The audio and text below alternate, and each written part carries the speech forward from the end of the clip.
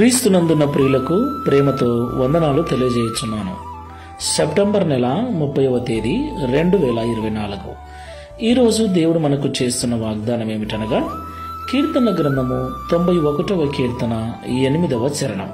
నీవు కన్నులారా చూచుచుండగా భక్తిహీనులకు ప్రతిఫలము కలుగును. ఆమేన్. నా ప్రియమైన సహోదరి సహోదరులారా, మనమందరము కూడా దేవునికి భక్తి చేస్తూ ఉన్నాం.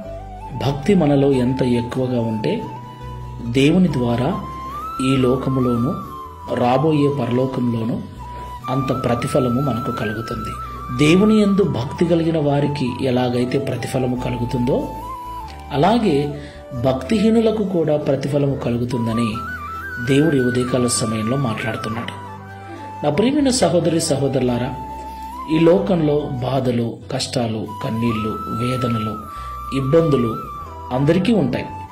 అయితే వారిలో ప్రత్యేకంగా దేవుని పిల్లలు అనబడిన వారికి, దేవుణ్ణి ఆరాధించే వారికి ఎక్కువ కష్టాలు, ఎక్కువ సమస్యలు, ఎక్కువ శ్రమలు ఉంటాయనడంలో ఎలాంటి సందేహం లేదు.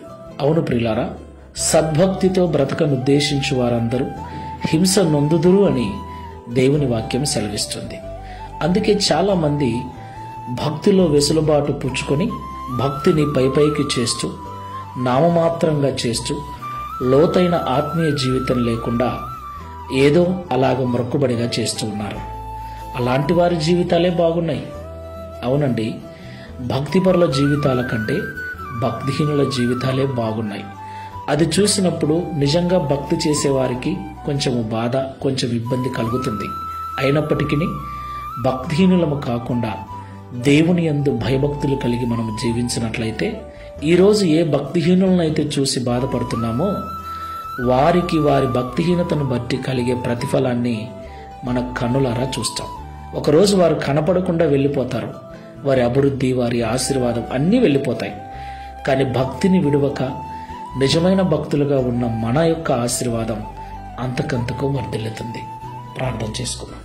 కృపాసత్య సంపూర్ణ సర్వాధికారి మీకు స్తోత్రాలు.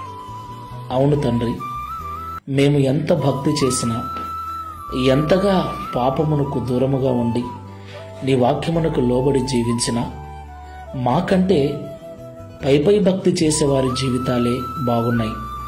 వారే ఎక్కువగా సంపాదిస్తున్నారు, వారే సుఖంగా బ్రతుకుతూ ఉన్నారు. కొన్నిసార్లు వారిని చూసినప్పుడు బాధ కూడా కలుగుతుంది. అయితే నిజమైన భక్తి కలిగిన వారి ఆశీర్వాదం దినదినానికి అభివృద్ధి చెందితే భక్తిహీనుల యొక్క స్థితిగతి దినదినానికి అణగారిపోయి చివరికి ఒకరోజు కనపడకుండా పోతారని మాతో మాట్లాడి బలపరిచినందుకు, ధైర్యపరిచినందుకు స్తోత్రాలు. లోకంలో ఉన్న భక్తిహీనుల అభివృద్ధి చూసి బాధను అనుభవిస్తున్న వారు ఎవరైనా ఉన్నట్లయితే భక్తిని విడిచిపెట్టకుండా లోతైన ఆత్మీయ అనుభవాన్ని కలిగి జీవించటకు సహాయం చేయమని, తద్వారా నీ ఆశీర్వాదములకు వారసులగుటకు సహాయం చేయమని, ఈ వాగ్దానమును మా జీవితంలో నెరవేర్చమని యేసు నామములో ప్రార్థించి వేడుకుంటున్నాము తండ్రి. Amen. Praise the lord. God bless you.